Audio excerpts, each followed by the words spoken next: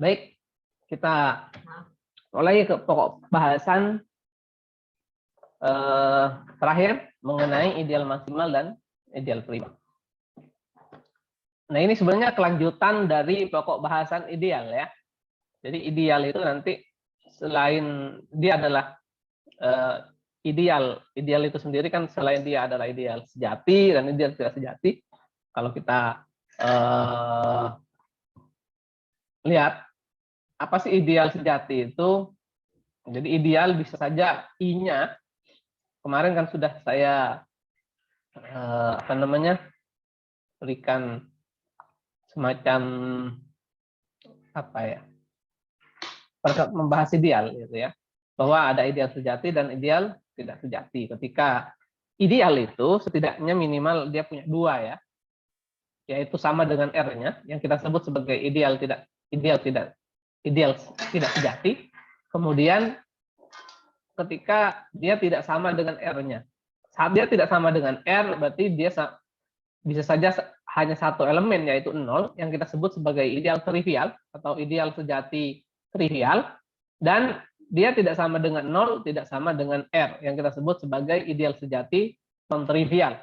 Sebagai contoh, kita punya Z6, ini juga ideal atas dirinya sendiri, dan di Z6 itu, salah satu idealnya itu adalah ideal utama yang dibangun oleh 3 dan ideal utama yang dibangun oleh 2. Dan ini adalah ideal sejati non-trivial. Kita juga punya ideal sejati trivialnya, yaitu yang dibangun oleh 0. Yang itu hanya ada satu, yaitu 0. Jadi ini adalah ideal tidak sejati. Ini adalah ideal sejati trivial, atau biasanya langsung saja disebut dengan ideal trivial. Yang ini adalah ideal sejati non-trivial. Itu berkenaan dengan ideal ya. Nah, selanjutnya ini sebenarnya tinggal Anda baca aja ya. Beberapa sifat yang tentang ideal yang menarik untuk kita bahas itu adalah ini. Jika ideal itu kita kaitkan dengan ring faktornya nanti ya.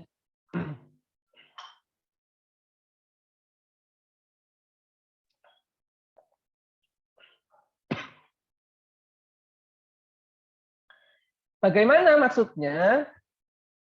Bisa contoh misalkan pada ring Z gitu ya. Kita punya idealnya adalah 4 dan 5. Ideal yang dibangun oleh 4 dan 5. Maka ini Z itu tentunya ya. Z per 4 itu nanti kan berdasarkan teorema homomorfisme dasar yang kemarin kita sudah pelajari, maka Z per 4 itu akan isomorfis dengan Z4. Dan Z4 itu bukan integral domain. Sedangkan Z per 5 itu akan isomorfis dengan Z5 yang merupakan integral domain. Nah, bagaimana kaitannya antara ideal-ideal ini? Nah, ini yang akan kita bahas pada topik pokok bahasan kali ini. Sebelum kita masuk ke situ, kita akan membahas dulu lemma 13.0.3.1 yang sebenarnya lemma ini adalah sudah pernah saya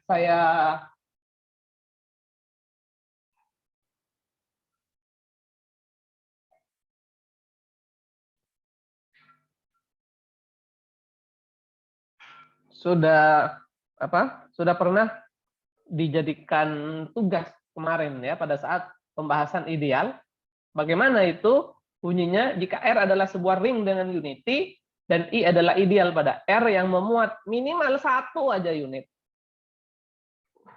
Jadi I adalah ideal dan kemudian salah satu anggota I itu adalah unit, maka pasti unit itu sama dengan induknya, yaitu sama dengan R. Jika R adalah suatu ring dengan unity, yang identitas perkalian, ya, dan I adalah ideal pada R yang memuat suatu unit, maka pasti I sama dengan R. Itu adalah bunyi teoremanya. Oke. Pembuktiannya, untuk menunjukkan bahwa I sama dengan R, tentunya kita harus menunjukkan kedua himpunan tersebut saling subset, yaitu I subset R dan R subset I. Karena I adalah ideal dari R, maka jelas I subset R. Ya kan? Selanjutnya akan ditunjukkan bahwa R subset dari ideal I. Nah, sekarang ambil sembarang R kecil, elemen R besar. Ingat bahwa I itu memuat suatu unit. Misalkan U adalah unit yang termuat dalam I. Katakanlah, tadi kan I memuat suatu unit. Apa itu unit? Unit itu adalah suatu elemen yang memiliki inverse perkalian. Itu unit.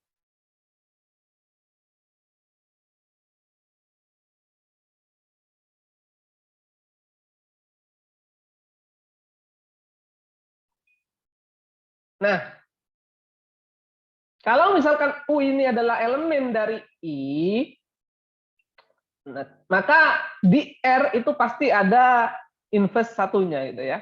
Kan inverse itu ada dua macam, inverse perkalian. Bisa dia inverse-nya dirinya sendiri atau inverse-nya berbeda dengan dirinya.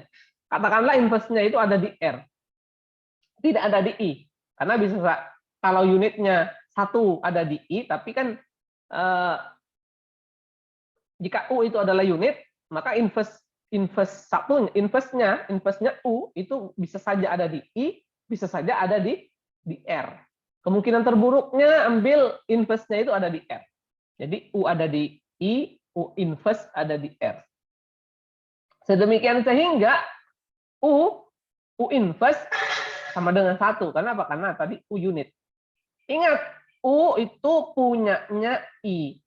U inverse punyanya R. Karena I adalah ideal, apa itu? Lihat definisi ideal. Suatu ideal itu di sifat kedua, jika diambil sembarang punyanya I dan punyanya R, dioperasikan, hasil operasinya ada di I.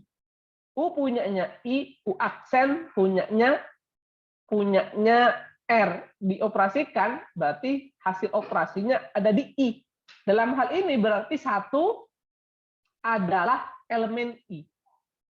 Nah, jadi 1 elemen I. Kenapa? Karena I tadi adalah suatu ideal.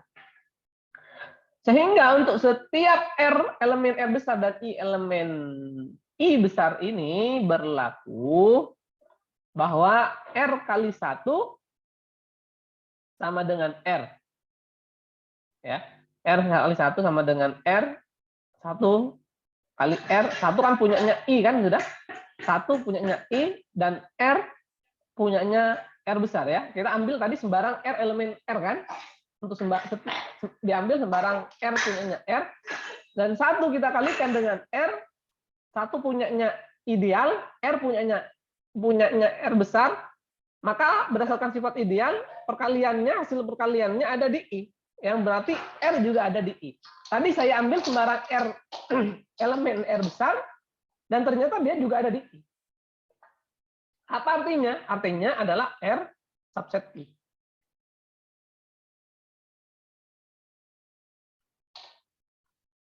Nah, karena kita sudah menunjukkan bahwa I subset R dan R subset I, berarti kita dapat simpulkan bahwa I sama dengan R. Ini adalah pembuktian dari lemma 13.0.1. Sehingga berdasarkan lemma 13.0.1, jika R adalah sebuah field, maka jelas bahwa sembarang I, yaitu ideal dari R kecuali I sama dengan 0, akan memuat suatu unit yang berakibat R sama dengan I. Dengan demikian, jika R itu adalah field, maka R hanya akan memiliki 2 buah ideal. Kenapa? Karena jika dia field, setiap elemennya selain 0 itu adalah unit. Ya kan? Tidak mungkin berarti dia adalah idealnya ideal proper yang bukan trivial. Hanya ada 2 kemungkinan. Paham ya? Kalau saya berikan ilustrasi, jika F itu adalah field, ingat field itu adalah misalkan himpunan 0, A1, A2 sampai seterusnya gitu ya. Karena dia field, maka semua elemen ini itu adalah unit. Sehingga kalau saya punya ideal adalah himpunan gitu ya. 0 dulu gitu. Kemudian apa ini mau dimasukkan?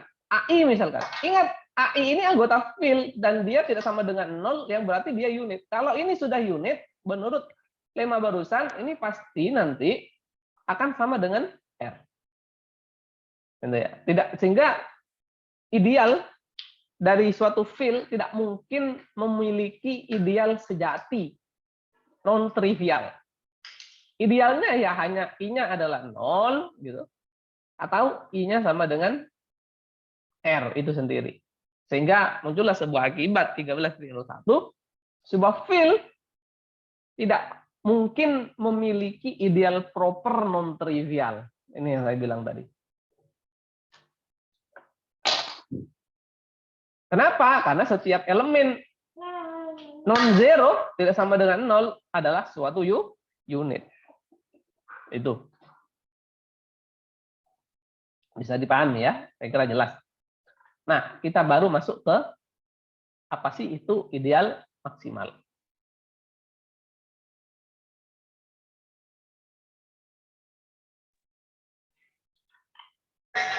Apa itu ideal maksimal definisinya? Nah, kita lihat di sini. Sebuah ideal M pada R disebut sebagai ideal maksimal jika M tidak sama dengan R dan tidak ada ideal proper lainnya pada R, tidak ada ideal sejati lainnya. Ideal sejati berarti yang tidak sama dengan 0. Tidak ada ideal sejati lainnya yang memuat M. Jadi ada dua syarat di sini ya. Untuk suatu ideal dikatakan ideal maksimal. Pertama, M tidak boleh sama dengan R. Kemudian, tidak ada ideal lainnya, katakanlah I, yang memuat M. Tidak ada ideal proper lainnya, katakanlah I, yang memuat M. Itu ya. Bisa dipahami kira-kira. Contoh, pada ideal, tentukan semua ideal maksimal dari ring Z12 misal. Ini adalah ideal-ideal dari Z12 yang dibangun oleh 2, dibangun oleh 3, dibangun oleh 4, dibangun oleh 6, dan dibangun oleh 0. Apakah 0 ini adalah ideal maksimal? Tidak. Kenapa? Karena tadi ideal maksimal itu tidak ada ideal proper I lainnya yang memuat M. Tidak ada itu. Proper, bukan ideal sejati lainnya ya. Sejati. Di sini tidak ada kata, tapi di sini tidak ada kata non trivial. Sekarang ya kita lihat dulu apakah 0 ini adalah ideal maksimal. Tidak harus trivial ya di sini, tidak harus trivial. Pokoknya tidak harus di sini, hanya idealnya ideal proper, ideal sejati, bisa saja trivial atau non trivial. Kita mulai dari yang paling ideal, yang anggotanya paling sedikit, yaitu ideal non ideal trivial. Apakah ideal trivial ini adalah ideal maksimal? Ternyata tidak. Kenapa? Karena saya punya ideal sejati lainnya, yaitu yang dibangun oleh 6, dan 0 ini, satu elemen ini 0, termuat di 6. Paham ya? Berarti 0 bukan ideal maksimal. Apakah 6 ini yang dibangun oleh 6 adalah ideal maksimal? Tidak. Kenapa? Karena 6 termuat di 3, atau 6 termuat di sini. 6 itu kan ada 0 dan 6, toh? 0 dan 6 ada di sini, 0 dan 6 ada di sini juga. Berarti apa? Berarti dia bukan ideal maksimal. Bagaimana dengan 4? Sama, 4 juga termuat di sini. Berarti dia juga bukan ideal maksimal. Bagaimana dengan 2? Yang dibangun oleh 2, 0, 2, 4. Nah, karena tidak ada ideal proper lainnya, ideal sejati, kecuali Z12. Z12 kan ideal improper, ideal tidak sejati. Karena tidak ada ideal sejati lainnya yang memuat ideal yang dibangun oleh 2, berarti ideal yang dibangun oleh 2 adalah ideal maksimal. Sama juga dengan yang dibangun oleh 3. Tidak ada yang memuat lainnya. Berarti dia adalah ideal maksimal. Bisa dipahami ya? Sama misalkan juga ketika saya berbicara ring Z. Ring Z idealnya itu berbentuk NZ. Kemarin sudah kita bahas gitu ya. Soalnya contoh ambil 4Z. Pertanyaannya adalah apakah 4Z itu maksimal? Apa kira-kira jawabannya? Apakah 4Z itu maksimal? 4Z itu apa himpunannya? 0, sorry. Titik-titik, min 4, 0, 4, titik-titik. Apakah 4Z ini adalah ideal maksimal? Apa kira-kira jawabannya? Bukan, Bapak. Kenapa? Karena termuat di DZ semua itu, Bapak. Termuat di? Termuat di Z, Bapak. Termuatnya bukan di impropernya ya. Kalau semuanya pasti termuat di ring asalnya. Jadi yang tidak ada itu adalah ideal proper, bukan ideal improper. Kayak tadi, apakah 4 itu maksimal? Tidak. Kenapa? Karena termuat di ideal proper. Ini ideal proper. Apakah 2 ini ideal maksimal? Iya. Kenapa? Karena tidak ada ideal proper lainnya yang memuat 2. Kan nggak ada ini ideal lainnya yang memuat ini. Kecuali Z12 itu sendiri kan. Kalau Z12 itu kan tidak kita bicarakan. Kenapa? Karena di sini syaratnya M tidak sama dengan R. Dan tidak ada ideal sejati lainnya yang memuat R. Paham? Artinya, ya karena tidak ada, kecuali di sini ada lagi ideal yang memuat 2 misalkan. Sebelum tidak sama dengan ini ya. Baru ini bukan ideal maksimal. Bisa dipahami? Contoh, saya punya Z5. Z5 itu cuma punya, karena Z5 adalah field, Z5 hanya punya 2 ideal, yaitu yang dibangun oleh 0 dan dibangun oleh Z5. Ideal maksimalnya apa? Ini ideal maksimalnya, 0. Ini adalah ideal maksimal. Kenapa? Karena tidak ada ideal sejati lainnya yang memuat 0, kecuali Z5 inilah sendiri. Kecuali saya berbicara Z4 gitu ya. Z4 itu ada ideal yang dibangun oleh 2 dan ada ideal yang dibangun oleh 0. Apakah 0 ini ideal maksimal? Tidak. Kenapa? Karena 0 ini masih termuat di 2. 0 ini kan anggotanya cuma 0. Dia termuat di 02. Anggotanya ya, elemennya termuat di sini. Itu maksudnya. Apakah 2 ini adalah ideal maksimal? Yes. Kenapa? Karena tidak ada ideal proper lainnya yang memuat 2. Itu alasannya. Nah, sekarang saya masuk ke 4Z. Apakah 4Z itu maksimal? Kalau iya, berarti dia tidak ada ideal proper lainnya yang memuat 4Z. Kalau jawabannya tidak, berarti ada ideal proper yang memuat 4Z. Kira-kira apa ideal itu? 2Z, Bapak. Yes, 2Z. Kenapa? Karena 4Z itu subset dari 2Z. Apakah 2Z adalah ideal maksimal? Apakah 2Z ideal maksimal? Iya, Bapak. Ideal maksimal. Yes. Bagaimana dengan 3Z?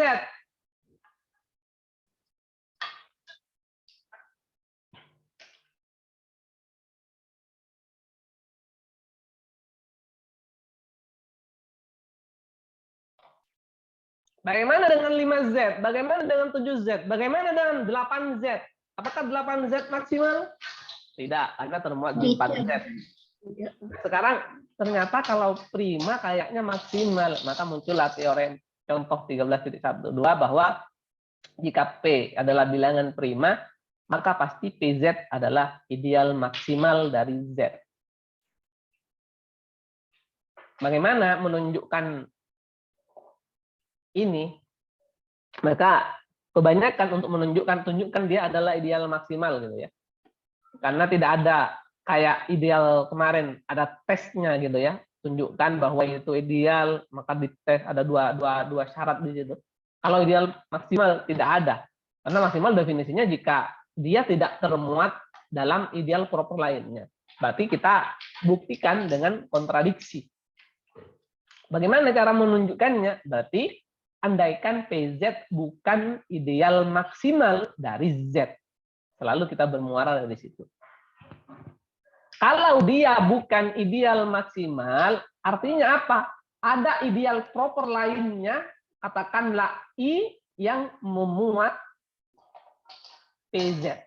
Sehingga kita tulis I superset dari PZ. Atau PZ subset dari I. Subsetnya tidak ada sama dengannya, ya.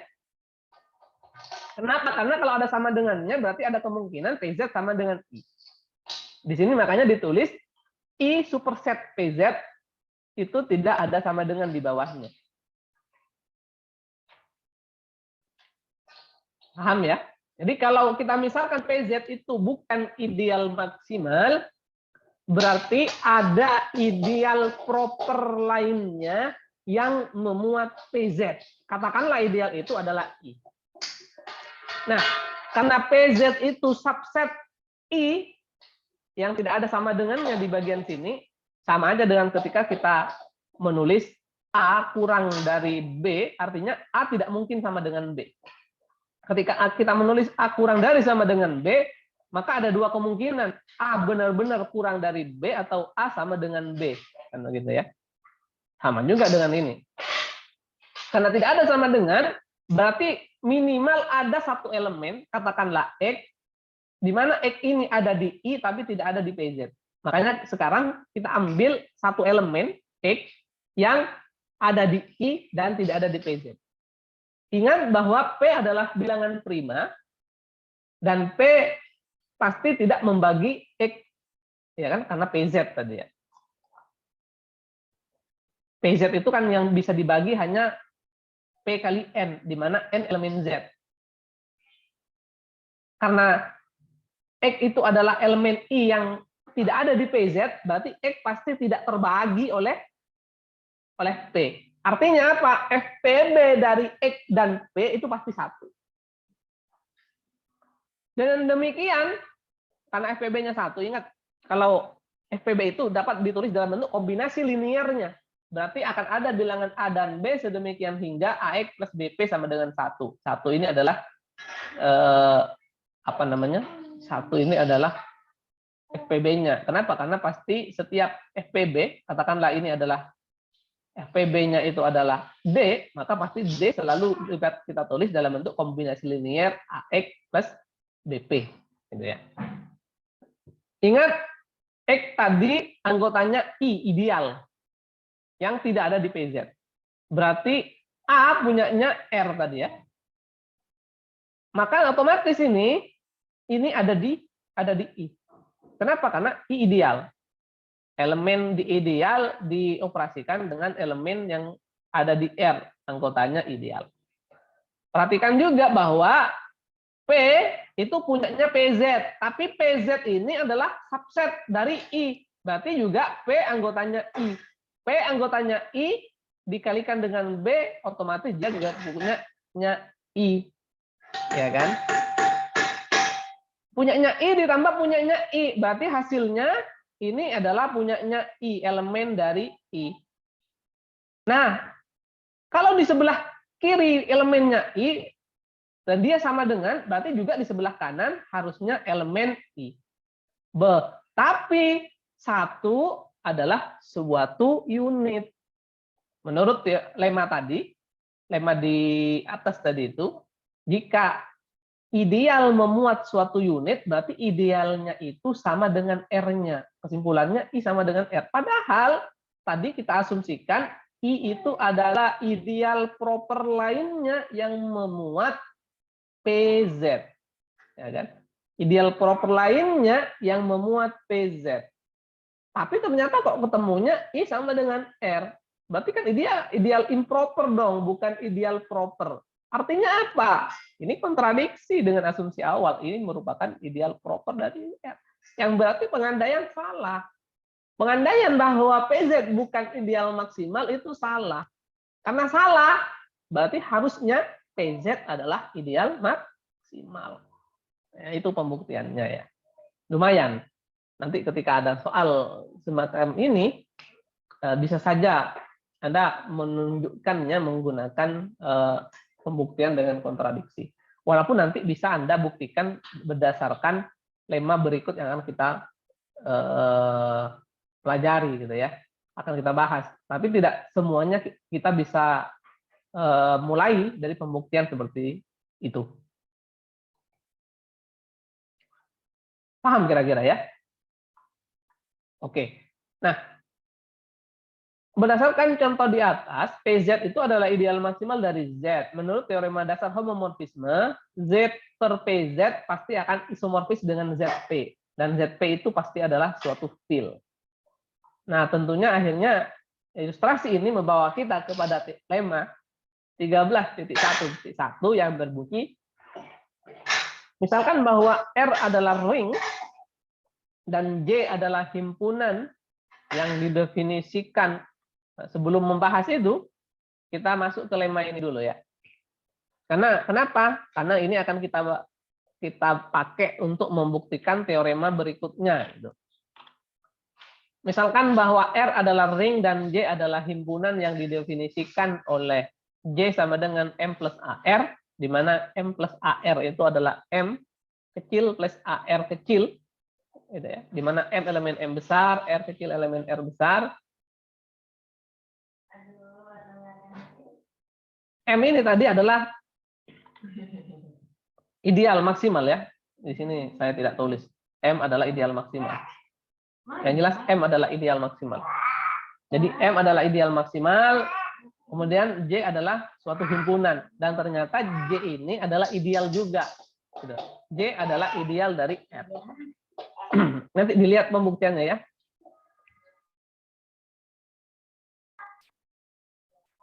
Karena ini kan masuk pembahasan ideal yang gampang untuk menunjukkan. Pertama, tunjukkan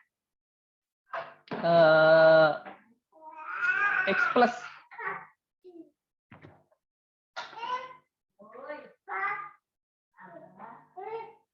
nah, kita pakai X min ya. X ya nggak apa-apa, X plus ditambahkan dengan gimana itu? Kenapa kok boleh X plus itu kemarin itu? Karena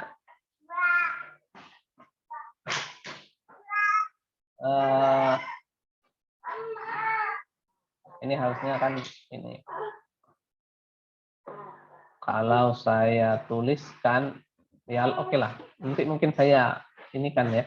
Ini misalkan ini minus pun, ini nanti minus, ini nanti minus, maka nanti Anda akan dapatkan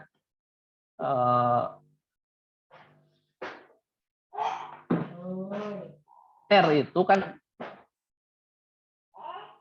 M itu kan ideal, pasti akan bisa aja nanti katakanlah ini akan sama dengan pada ini minus gitu ya. Bisa saya tulis M1 plus M2 ditambah A gitu ya. Kemudian di sini adalah min R1 min R2. Kan tidak masalah gitu ya. Karena ketika R punyanya R besar, otomatis min R juga punyanya R besar. Dan ini katakanlah adalah R3. So, yang otomatis itu yang pertama. Kemudian yang kedua, menunjukkan sembarang perkalian dua buah elemen di apa namanya? Di R besar dan di J, itu hasilnya ada di J. Nah, ini. Ketika S dikalikan dengan X, ternyata nanti kita dapatkan berbentuk ini, M4 plus AR4. Yang mana ini adalah sesuai dengan bentuk dari J. Berarti ini adalah elemen J. Sehingga terbukti dia adalah ideal. Gitu ya. Nah, maka kita masuk ke teorema yang bisa kita pakai untuk menunjukkan bahwa M adalah suatu ideal maksimal, yaitu menggunakan teorema 13.11 yang berbunyi jika R adalah ring komutatif dengan unity, jadi R adalah ring komutatif dengan unity, maka M adalah ideal maksimal pada R jika dan hanya jika R per M merupakan suatu field. Jadi ada dua hal yang kita akan dapatkan di sini. Jika M itu adalah ideal maksimal, pasti ring faktornya R per M itu pasti merupakan suatu field. Gitu ya. Artinya apa? Karena tadi kita sudah menunjukkan bahwa PZ itu adalah maksimal, maka pasti Z per PZ itu adalah ideal. Berdasarkan teorema ini. Z per PZ itu pasti ideal. Sehingga untuk menunjukkan tadi, salah satu cara menunjukkan bahwa Z per PZ itu adalah ideal maksimal, kita cukup menunjukkan Z per PZ itu adalah, kok ideal sih? Field. Cukup menunjukkan bahwa Z per PZ itu adalah suatu field. Bisa dipahami ya? Selain seperti tadi. Tapi ini tentunya agak lumayan panjang nanti pembuktiannya. Karena kalau mau menunjukkan dia adalah field, ya kita harus menunjukkan dia memiliki inverse perkalian, komutatif, memiliki unitas, dan seterusnya. Itu. Nah, kita mulai dengan pembuktian yang ke arah kanan. Artinya, jika R ring komutatif dengan unity dan M adalah ideal maksimal pada R, maka R per M merupakan suatu field. Kita mau menunjukkan R per M merupakan suatu field. Untuk menunjukkan itu, ya kita sudah menunjukkan R per M itu, jika M ideal, R per M itu pasti merupakan ring faktor, ya kan? R per M adalah ring faktor, berarti kita sudah menunjukkan dia ring faktor. Kemarin juga kita memiliki sebuah lema, jika R komutatif, maka R per I itu juga komutatif. Jika R memiliki unity, maka R per I juga memiliki unity. Sebenarnya begitu ya. Yang berarti sebenarnya dalam hal ini sudah kita tunjukkan dia memiliki unity dan komutatif. Tinggal kita tunjukkan apakah dia memiliki inverse perkalian. Nah, dalam rangka untuk menunjukkan bahwa R per M memiliki inverse perkalian, pandanglah himpunan yang dibantu oleh J ini. Yang kita sudah tadi tunjukkan, ternyata J ini merupakan suatu ideal. Sudah ya. Misalkan kita ambil M kecil elemen M besar, maka nanti M kecil, karena M kecil ini elemen M besar, M dapat kita tulis dalam bentuk M sama dengan M plus A kali 0. Yang berarti bahwa M juga elemen J dong. Kenapa? Karena M kecil, punyanya M besar tadi juga dapat ditulis dalam bentuk M plus AR. Karena untuk sembarang M elemen M besar dan pasti M juga punyanya J, berarti otomatis kita dapatkan M ini subset dari J. Gitu ya. Karena M adalah ideal maksimal, maka ada dua kemungkinan yang akan dicapai oleh J. Kemungkinan pertama, J harus sama dengan M. Karena definisi ideal maksimal tadi adalah sebuah ideal yang tidak termuat dalam ideal proper lainnya. Karena dia tidak boleh termuat, padahal kita dapatkan di sini M itu termuat di J, berarti J ini harus sama dengan M, atau J ini harus sama dengan M. Hanya ada dua kemungkinan itu. M harus sama dengan M besar, atau J harus sama dengan R, atau J sama dengan R. Kemungkinannya ini. Kenapa? Karena M adalah ideal maksimal. Perhatikan juga bahwa A ini juga merupakan dapat kita tulis dalam bentuk 0 plus A kali 1. Karena dengan demikian A ini juga pasti adalah elemen J. Nah, tetapi di atas bahwa A ini, nah ini yang A yang ini ya. Misal ambil sembarang A plus M elemen R per M. sedemikian sehingga A plus M tidak sama dengan 0 plus M. Jadi kita mengambil A plus M yang bukan elemen identitas penjumlahan di R per M. R per M itu kan himpunan berbentuk koset-koset ya. Identitas penjumlahannya ini adalah 0 plus M. Artinya ketika kita mau membuktikan bahwa elemen tak nolnya memiliki inverse perkalian, berarti kita ambil elemen yang tak nol tadi.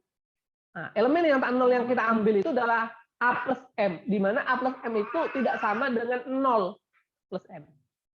Kalau A tidak sama dengan 0 plus M, berarti A bukan elemen M. Karena kalau A elemen M, ya sama. 0 plus M sama dengan A plus M. Nah, artinya di sini, ini berarti A elemen J. Tetapi di atas, kita sudah katakan bahwa A ini bukan elemen M. Sehingga kemungkinan ini itu tidak mungkin terjadi. Gitu ya. Yang berarti hanya ada satu kemungkinan. Berarti J harus sama dengan R. Kemungkinan yang ini yang harus kita periksa. Nah sekarang, ya ini yang saya katakan, M plus AR berarti sama dengan R. Karena satu itu elemen R, dan satu ini juga dapat kita tulis. Kan M sama kan? J, ini kan punyanya J. Kalau ini sama dan satu punyanya R, karena R tadi adalah ring dengan unity, berarti karena dia sama, satu dapat kita tulis dalam bentuk M plus AR. Sama dengan AR plus M. Di mana M-nya, M kecil elemen M besar dan R kecil elemen R besar.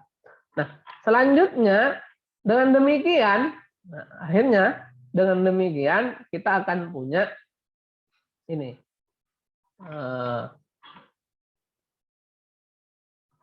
Ini berarti bahwa satu itu elemen AR plus M. Atau dapat kita tulis 1 plus M itu sama dengan AR plus M.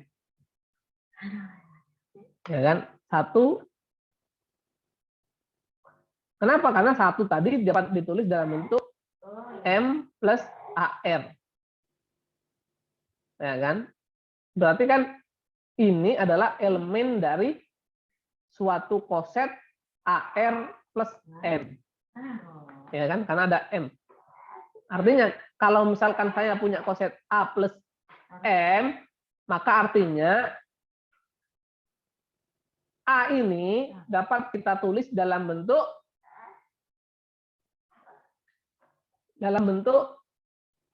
A plus M kecil. Itu artinya ya. Sehingga kalau misalkan M plus AR elemen koset ini tadi, berarti ini dapat kita tulis dalam bentuk AR plus M.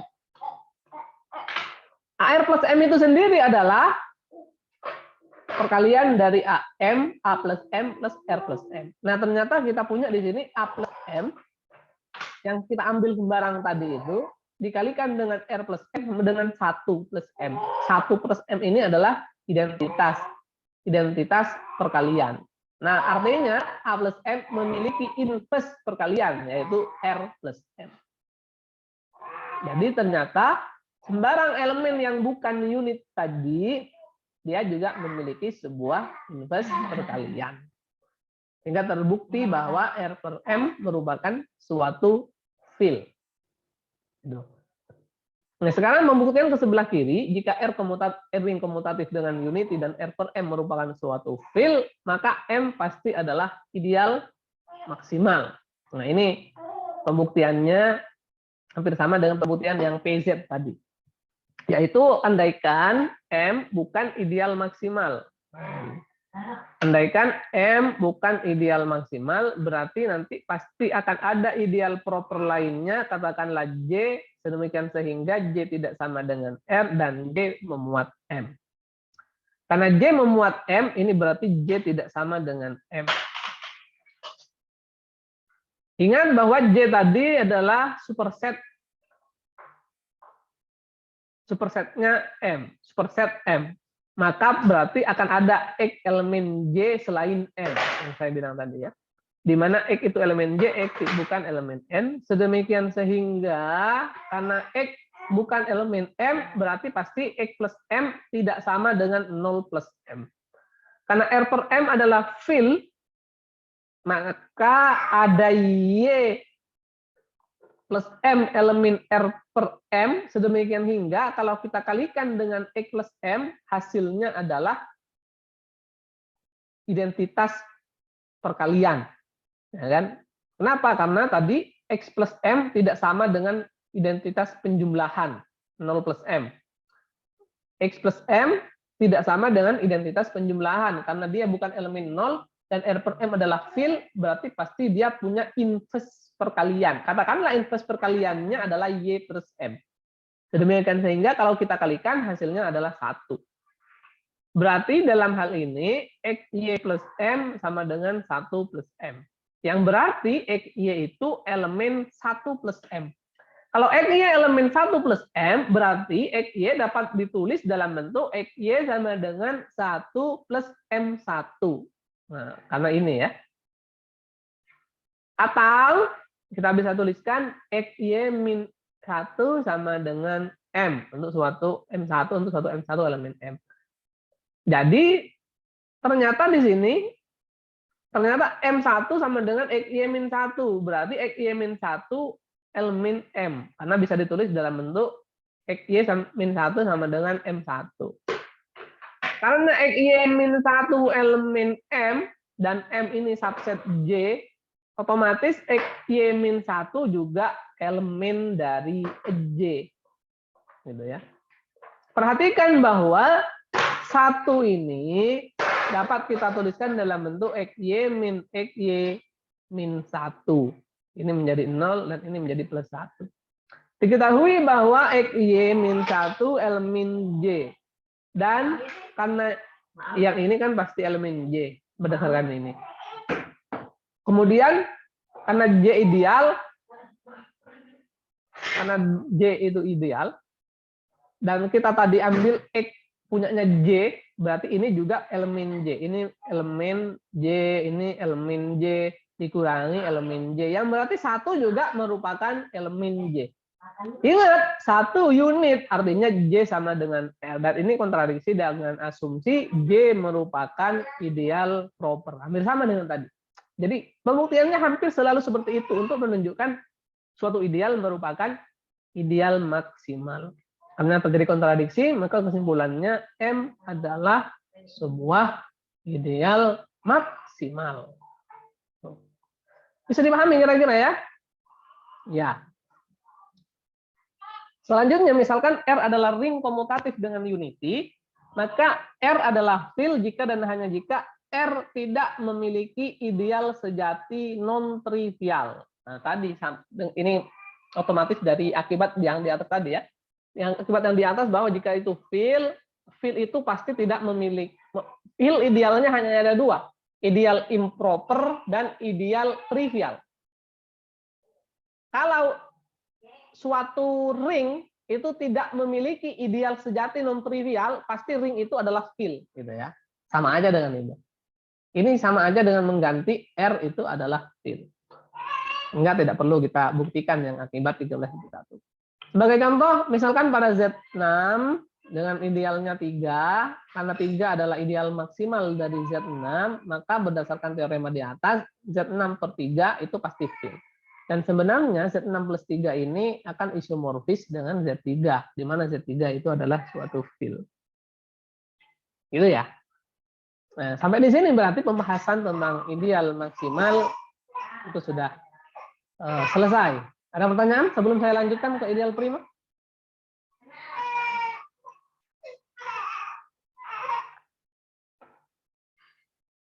Ada pertanyaan?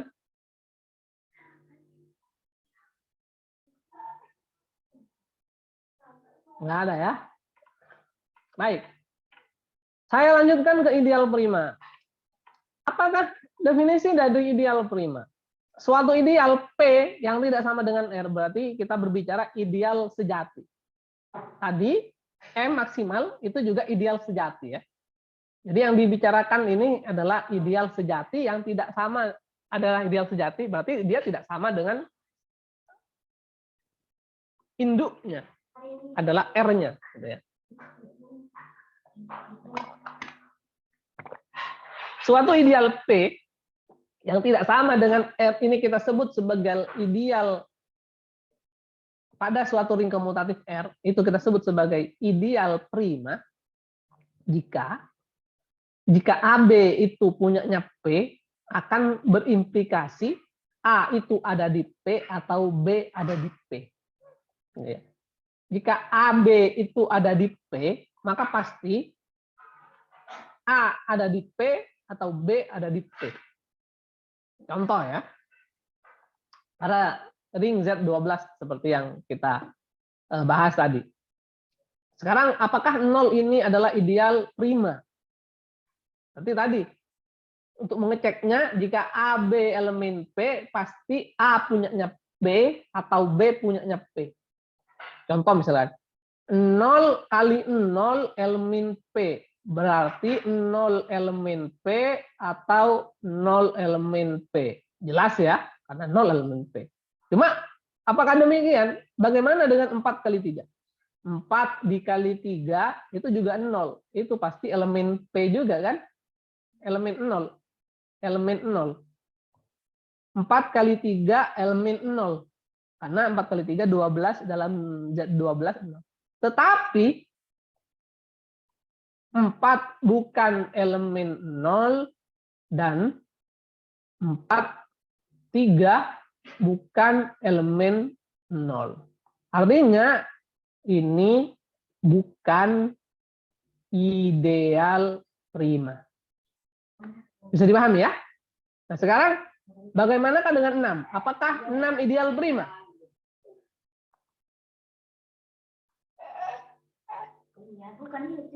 Gimana kira-kira? 6 ideal prima? Yang dibangun oleh 6? Kenapa? 2 dikali 3 ya. Itu elemen 6. Tetapi 2 bukan elemen 6 dan 3 bukan elemen 6. Itu ya, gampang. Sama juga dengan ini. Yang dibangun oleh 4. Yaitu apa? Agar mendapatkan 0 itu 6 kali 2. 6 kali 2 itu elemen 4. 6 kali 2 kan 0 kan? Tetapi 6 bukan elemen 4 dan 2 juga bukan elemen 4. Nah sekarang bagaimana dengan 2? Dan ternyata 2 ini ya dia adalah ideal prima. Dan ini juga dia merupakan ideal prima. Dan kita nanti akan dapatkan bahwa setiap ideal maksimal pasti ideal prima gitu ya. Karena tadi kan ideal 3 dan 2 adalah ideal maksimal. Jadi ini adalah ideal prima. Kenapa? Karena Anda cek sendiri. Setiap AB elemen P pasti A punyanya B, punyanya P atau B punyanya P. Contoh ini yang 3. 0. 0 ini kan untuk mendapatkan 0 bisa 0 kali 0, 2 kali 6, 6-nya ada. 3 kali 4, 3-nya ada. Untuk mendapatkan 3 kali 1 ada. Atau selain itu 18 kan? 15. 15 itu 3 kali 5. 3-nya ada. Atau berapa lagi? 24, 27.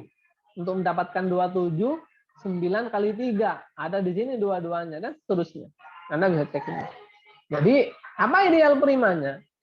Nah, ideal primanya itu adalah yang dibangun oleh 2 dan dibangun oleh 3. Sebagai catatan bahwa pada contoh 1 sih, contoh yang ini maksudnya, ini belum saya ganti berarti.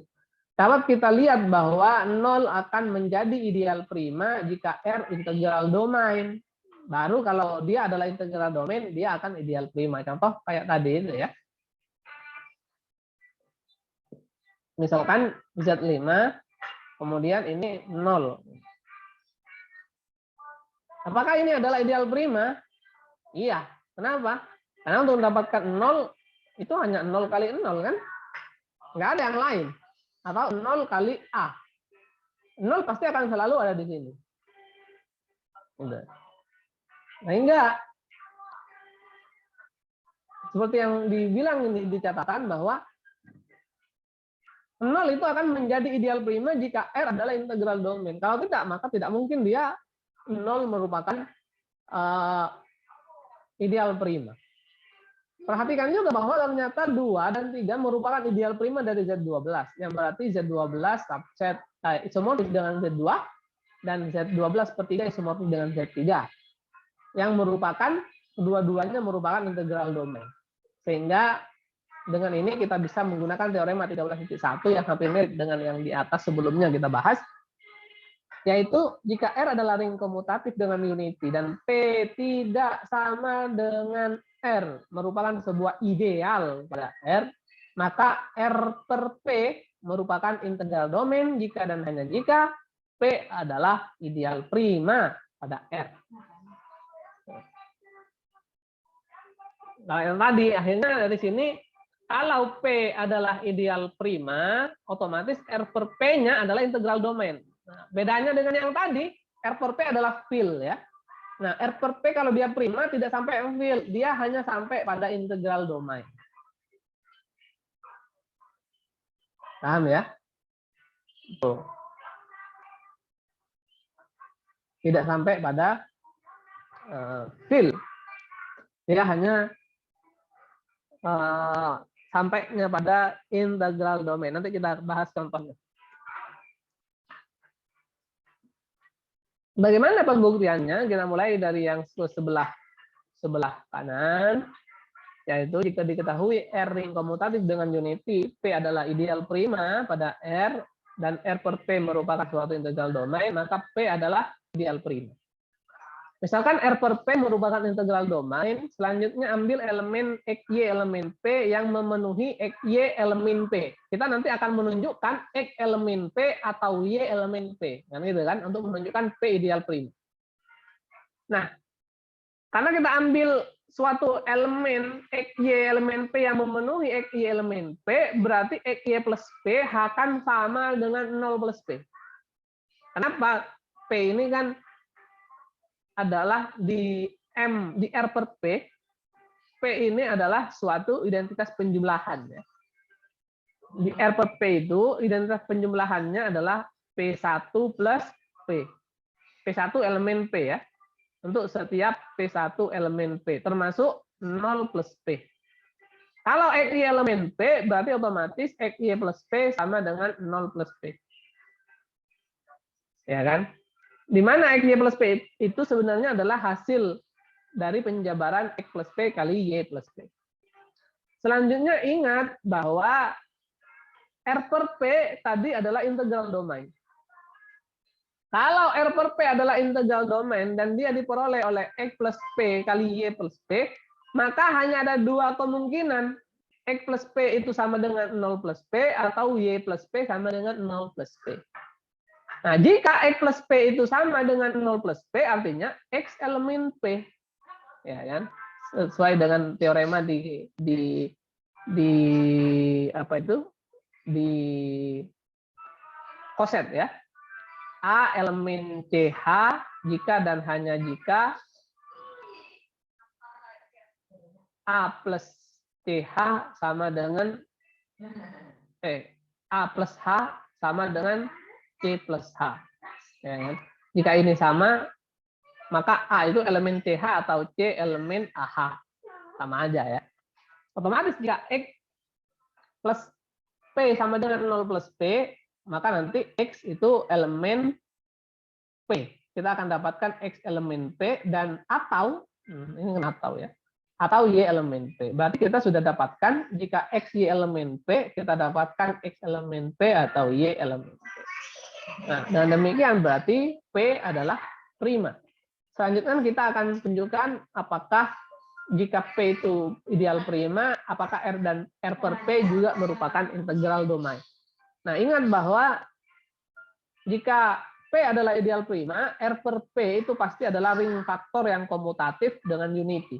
Sehingga untuk menunjukkan R per P adalah integral domain, kita tinggal menunjukkan R per P tidak memuat pembagi 0. Nah, sekarang kita ambil suatu elemen A plus P, B plus P, elemen R per P gitu ya. Yang menyebabkan A plus P dioperasikan dengan B plus P sama dengan 0 plus P. Nah, kalau ini sama dengan 0 plus P, berarti otomatis AB plus P sama dengan 0 plus P. Yang berarti AB elemen P. Ingat, tadi P adalah ideal prima. Akibatnya A elemen P atau B elemen P. Jika A elemen P, artinya A plus P sama dengan 0 plus P. Jika B elemen P, berarti B plus P elemen 0 plus P. Apa artinya? Berarti dia tidak memuat pembagi 0. Kan tidak memuat pembagi 0 itu artinya jika AB sama dengan 0, A sama dengan 0, atau B sama dengan 0. Ya, itu kan integral domain ya. Jika AB sama dengan 0, maka otomatis A pasti 0 atau B-nya 0. Dan ternyata kita buktikan bahwa ketika AB A plus P kalikan B plus P sama dengan 0 plus P, kita akan peroleh A plus P-nya pasti sama dengan 0 ini, atau B plus P-nya sama dengan 0. Yang berarti dia adalah suatu integral. Dan demikian pembuktian ini sudah komplit. Artinya jika P itu integral domain, jika dan hanya jika P adalah ideal prima. Nah, akibatnya setiap ideal maksimal pada sebuah ring komutatif dengan unity pasti adalah ideal prima. Jadi setiap ideal maksimal adalah ideal prima. Dan tidak demikian sebaliknya ya. Bahwa apakah setiap ideal prima pasti ideal maksimal? Tidak demikian. Nanti Anda bisa mencari counter example-nya. Namun setiap ideal maksimal pasti ideal prima. Contoh. Nah, kok contoh bukti? Kalau M adalah ideal maksimal, maka berdasarkan teorema yang sebelumnya kita bahas, R per M itu adalah field.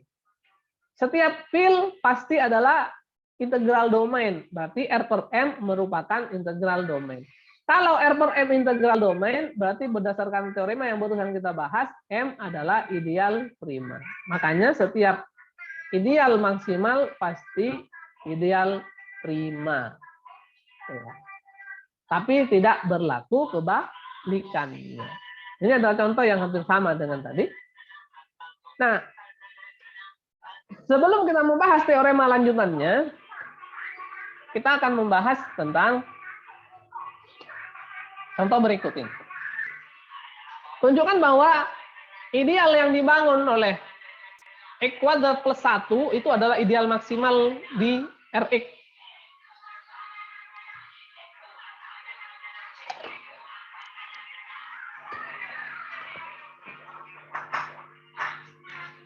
Bagaimana cara menunjukkan bahwa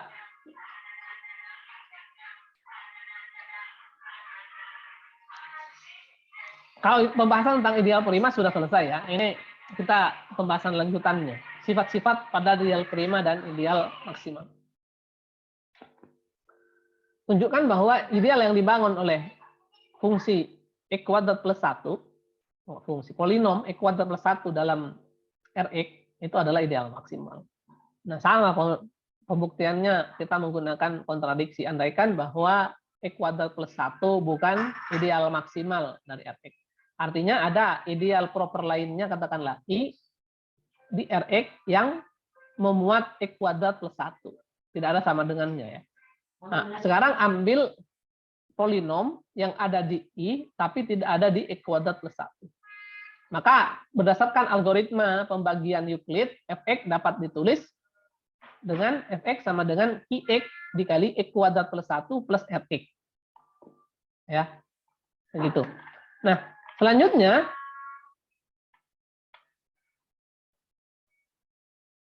I-nya ini nggak ada ini ya.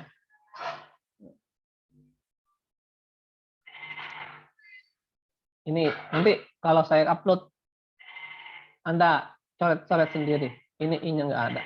Dengan Rx tidak sama dengan 0.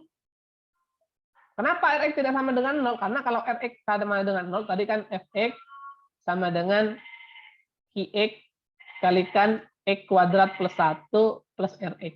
Ya. Kalau Rx itu sama dengan 0, berarti Fx dapat dinyatakan dalam bentuk ini. Yang berarti Fx itu elemen X kuadrat plus 1. Padahal tadi kan kita misalkan Fx itu adalah elemen I yang tidak ada di X kuadrat plus 1. Makanya Rx tidak boleh 0. Paham ya? Dan derajat dari Rx itu harus kurang dari X kuadrat plus 1. Yaitu apa? Derajatnya 2. Derajatnya itu harus kurang dari 2. Misalkan derajatnya itu Rx kita tulis karena derajatnya kurang dari 2, berarti kan mulai dari derajat 1. Kita tulis Rx sama dengan Ax plus B. Di mana A dan B tidak boleh secara bersamaan A dan B-nya sama dengan 0. Karena kalau secara bersamaan dan A dan B sama dengan 0 akan mengakibatkan Rx sama dengan 0. Nah, kita misalkan Rx sama dengan Ax plus B, di mana A dan B keduanya tidak boleh sama dengan 0. Kalau cuma salah satu, A-nya 0 nanti sama dengan B kan, Rx sama dengan B. Atau B-nya yang 0 nanti akan diperoleh Ax. Kedua-duanya tidak 0, ya tidak masalah. Ya. Maka dengan demikian, Ax yang sama dengan Rx ini akan sama dengan, tadi kan ini ya, kalau ini akan sama dengan Fx min Qx kali X kuadrat plus 1. Fx, berarti Rx dapat kita tulis dalam bentuk Fx min Qx, berdasarkan ini ya. Min Qx kali X kuadrat plus 1. Kenapa ini anggota I? Tadi Fx kita ambil punyanya I kan? Dan ini juga punyanya I. Kenapa? Karena Qx hasil perkalian Qx dengan X kuadrat plus 1. Sebenarnya ini adalah elemen dari X kuadrat plus 1. Tapi karena I itu memuat X kuadrat plus 1, otomatis ini juga punyanya I. Kalau ini punyanya I, ini punyanya I, otomatis dikurangi juga hasilnya punyanya I. Jadi Fx min Qx kali X kuadrat plus 1 itu punyanya I. Gitu ya. Nah, selanjutnya perhatikan bahwa A kuadrat ini, A kuadrat X kuadrat min B kuadrat itu akan sama dengan AX plus B kali AX min B. Dan ternyata ini punyanya I. Kenapa punyanya I? Karena tadi AX itu elemen I kan? AX itu kan sama dengan RX. AX punyanya I dikalikan dengan elemen di RX. Hasilnya juga pasti elemen I. Kenapa? Karena I adalah ideal. Ideal tadi kalau RX itu kan elemen I. Dan RX elemen I. Itu ideal. Salah satu aja punyanya ideal, itu dikalikan hasilnya ada di ideal. Dan dengan cara yang sama, kita akan mendapatkan A kuadrat X kuadrat plus A itu juga merupakan anggota I. Dengan cara yang sama ya. Karena nanti kalau yang ini kan sebenarnya adalah AX kuadrat plus A. Gitu ya. Ini cara yang sama dengan di atas. Nah, karena I itu superset dari X kuadrat plus 1, maka A tadi kan A dan B tidak boleh kedua-duanya 0 gitu ya, secara bersamaan. Otomatis kalau kita kuadratkan itu pasti tidak sama dengan 0. A kuadrat plus B kuadrat itu akan sama dengan ini dikurangi itu. Ini punyanya I, ini punyanya I, ternyata ketika dikurangi punyanya I. Artinya A kuadrat plus B kuadrat punyanya I. Sekarang ambil C, ini kan polinomial konstan akhirnya. Ambil C sama dengan A kuadrat plus B kuadrat. Karena C itu elemen Rx. R adalah real, berarti pasti ada seper C elemen R. Dan C tidak sama dengan 0. Pasti punya inverse. Yang berarti adalah seper C elemen R. 1 sama dengan seper C kali C elemen I. Yang berarti ternyata I memuat unit. Karena I memuat unit, akibatnya apa? I sama dengan Rx. Ini kontradiksi dengan asumsi awal bahwa I merupakan ideal proper dari Rx. Dengan demikian, pengandaian salah, jadi kesimpulannya adalah X kuadrat plus 1 adalah ideal maksimal dari Rx. Paham ya? Tuh. Nah, sebenarnya soal tadi itu akan lebih mudah dikerjakan, soal yang ini, jika kita sudah punya teorema ini.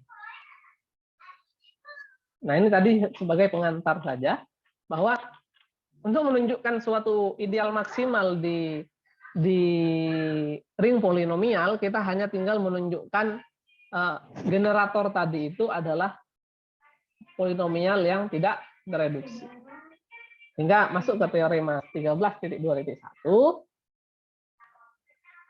jika F adalah field dan Px elemen Fx dia bukan polinomial 0, nanti Fx tidak boleh 0 ya. Fx tidak sama dengan 0 ya. Maka ideal Px adalah ideal maksimal jika Px tidak, ini salah ya. Jika dan hanya jika ya. Jika dan hanya jika. Jika dan hanya jika Px tidak tereduksi di Fx. Tuh.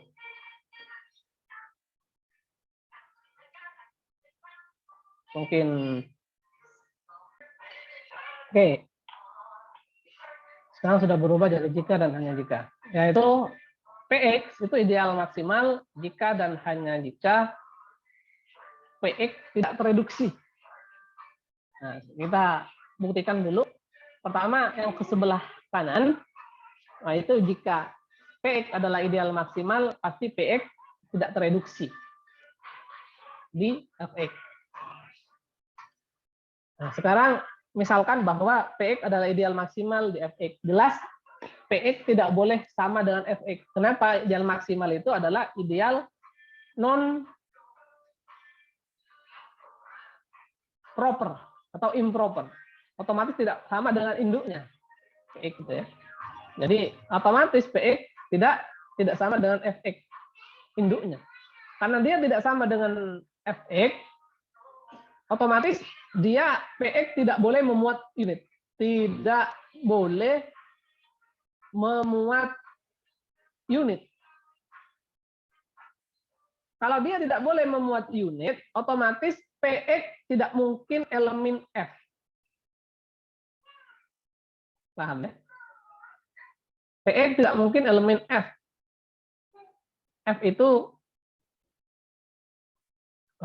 elemen F yang tak nol gitu ya.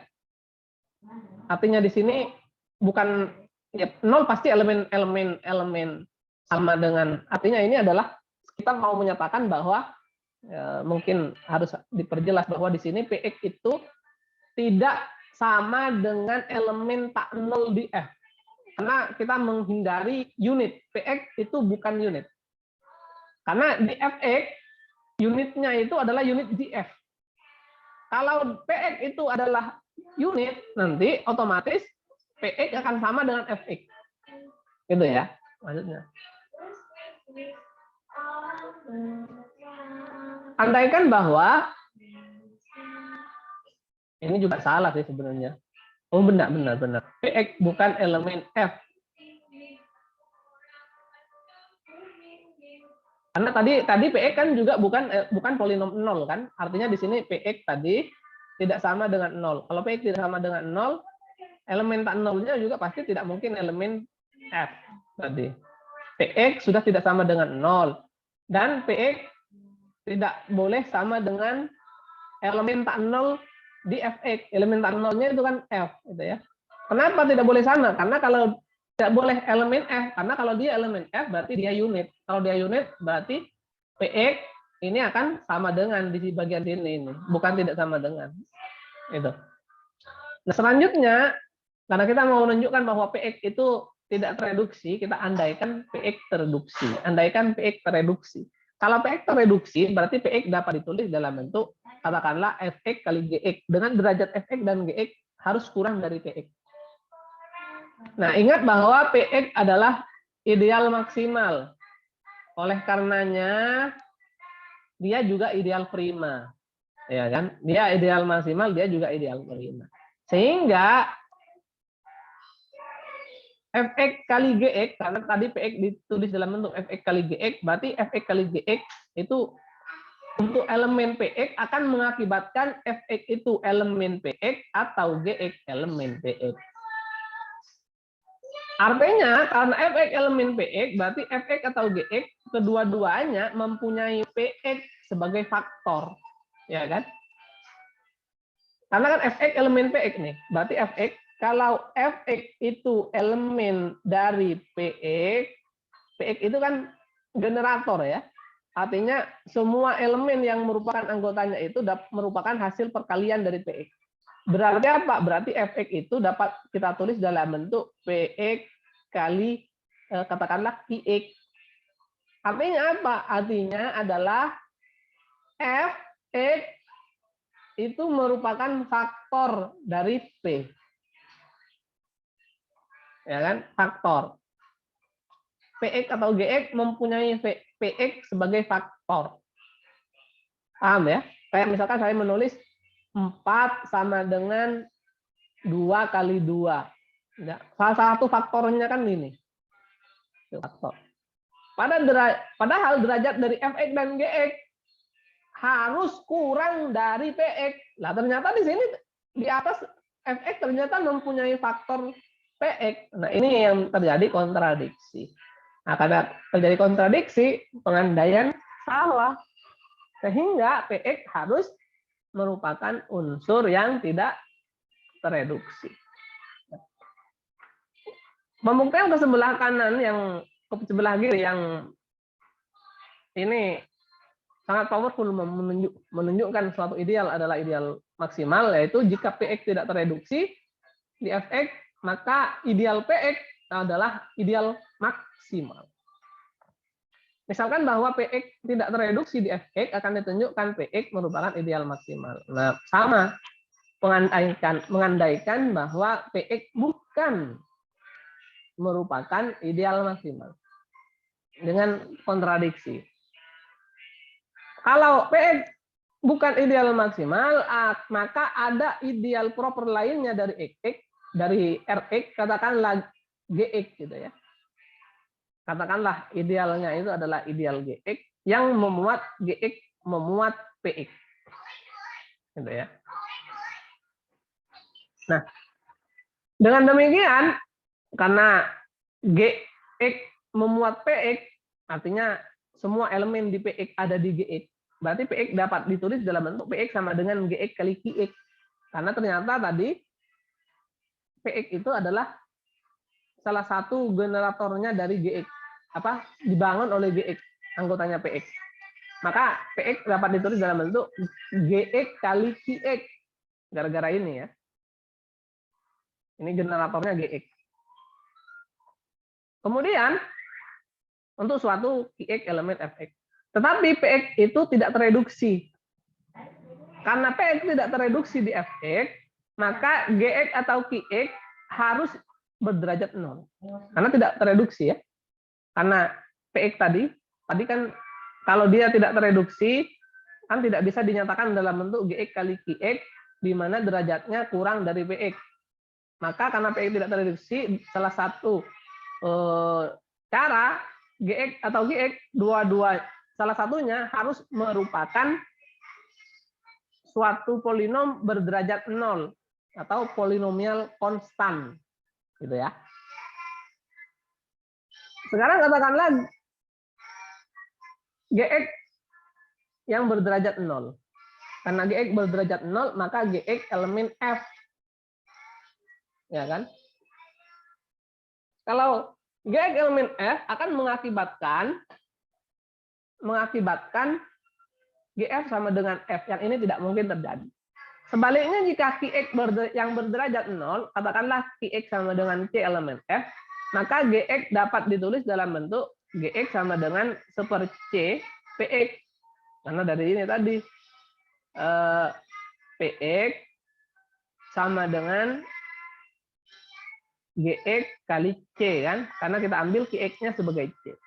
Otomatis Gx itu sendiri itu adalah seperC kali Px. Nah, ternyata Gx sama dengan seperC kali Px. Ya loh. Terus berarti apa? Gx ini elemen dari Px. Yang berarti apa? Px sama dengan Gx. Dan ini tidak mungkin juga. Kenapa? Karena tadi yang kita misalkan Gx ini superset, tidak ada sama dengannya. Dan ini akhirnya tidak mungkin. Karena tidak mungkin berarti pengandaian salah. Harusnya Px merupakan ideal maksimal. Nah, menggunakan teorema ini maka adalah sangat mudah ketika kita menunjukkan bahwa X kuadrat plus 1 adalah ideal maksimal di Rx. Nah, pembuktiannya mudah. Dengan cara apa? Kita tinggal tunjukkan X kuadrat plus 1 adalah polinom yang tidak tereduksi di R. Kalau X kuadrat plus 1 itu kan sama dengan, kita bisa tulis ketika dibuat sama dengan 0, kita mau mencari akarnya, atau kita bisa mencari menggunakan kan X kuadrat sama dengan min 1 kan, berarti X sama dengan plus minus akar min 1. Akarnya adalah tidak di R gitu ya. Yang berarti apa? Yang berarti X kuadrat plus 1 tidak tereduksi. Sehingga berdasarkan teorema berapa tadi itu? 13.2.2,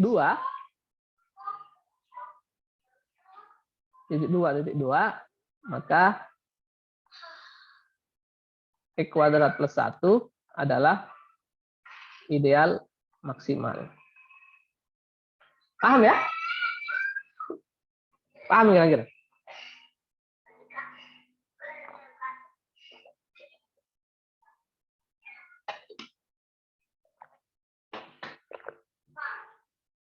Jelas ya? Oke.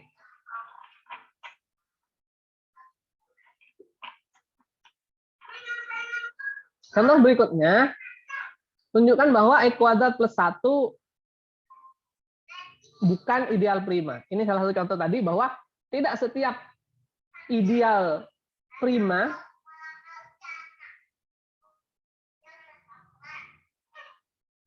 kalau setiap ideal maksimal, nah ini bukan contohnya ini, bahwa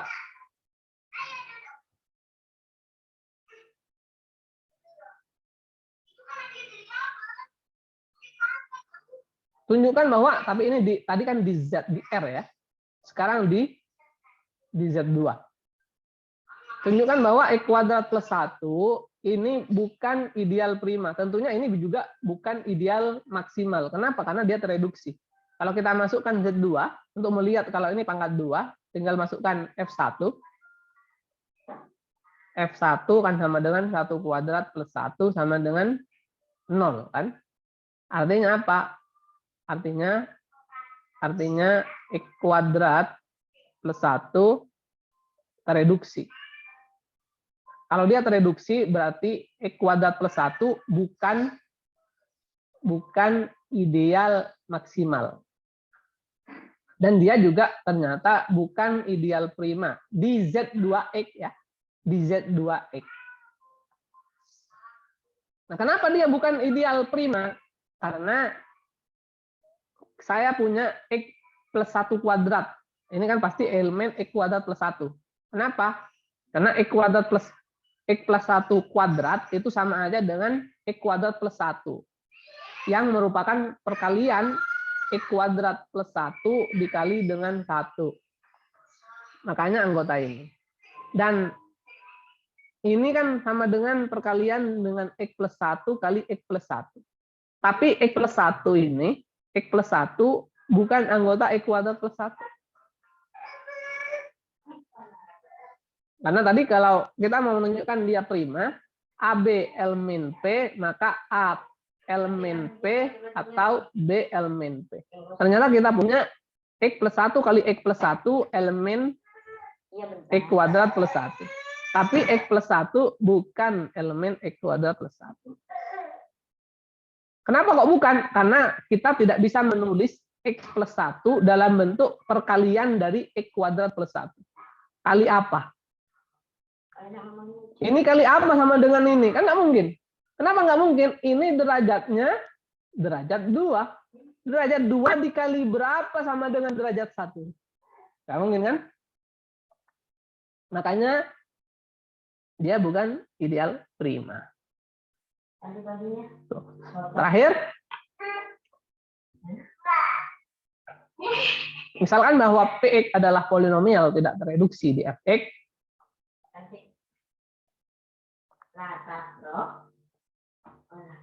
dan R, S merupakan elemen Fx, jika Px membagi Rs kali Sx, maka pasti Px membagi R atau Px membagi Sx.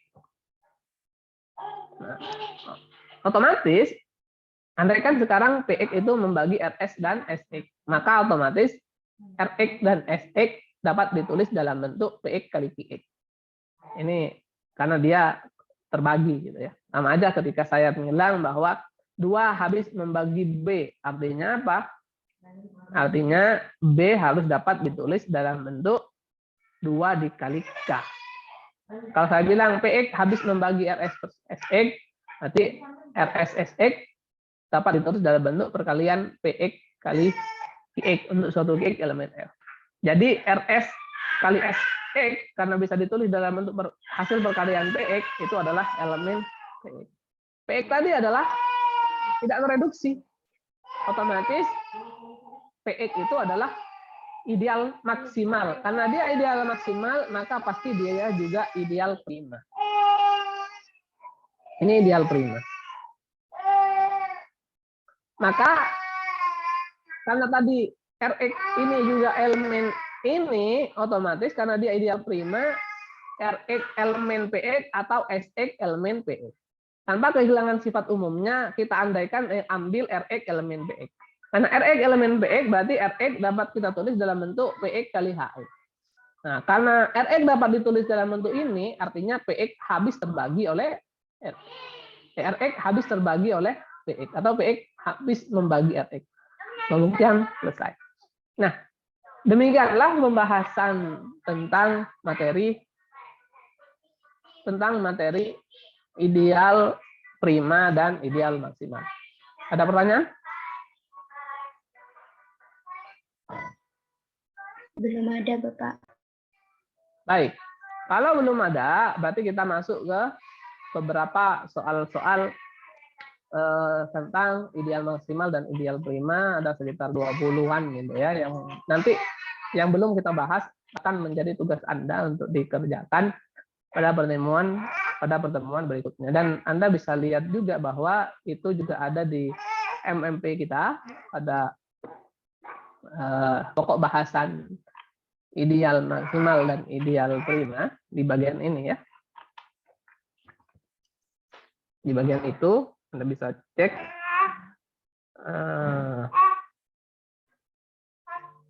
bagian ini. Nanti yang tidak kita bahas kita akan ini ya. Anda kerjakan. Baik, kita mulai dari ini gampang. Dari semua ideal prima, ideal maksimal, silahkan dikerjakan sendiri, ini gampang. Nyatakan apakah pernyataan berikut ini benar atau salah, tentukan alasannya, juga gampang. Bisa Anda kerjakan.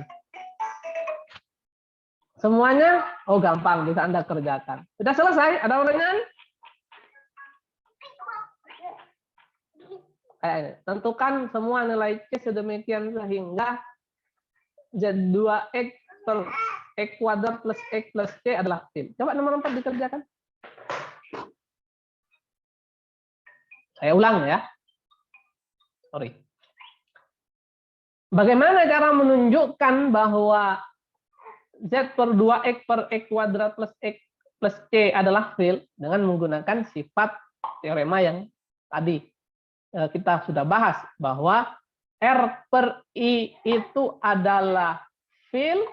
Jika R per I itu fil, maka I adalah ideal maksimal. Nah, terutama pada ideal maksimal yang pada ring polinomial, untuk melihatnya, jika I itu sama dengan dibangun oleh Fx, itu adalah ideal maksimal, maka Fx tidak tereduksi. Tidak tereduksi. Nah, sehingga kalau kita masukkan ke sini, untuk menunjukkan ini adalah field, berarti harus ditunjukkan bagian ini itu adalah ideal maksimal. Ideal maksimal. Nah, untuk menunjukkan ini adalah ideal maksimal, pada teorema dua terakhir tadi itu, berarti kita cukup tunjukkan bahwa X kuadrat plus X plus C tidak tereduksi. Tidak tereduksi. Bagaimana caranya? Menunjukkan ini tidak tereduksi. Ya, Anda tentukan C sedemikian hingga ini tidak tereduksi. Berapa kira-kira C-nya? Berapa kira-kira? Ya, anggota Z2. C itu elemen Z2. Kalau C elemen Z2, C hanya punya dua kemungkinan. C sama dengan 0 atau C sama dengan 1. Kalau C itu sama dengan 0, berarti kita akan dapatkan X kuadrat plus X plus 0. Atau kita tulis X kuadrat plus X. Ini tereduksi.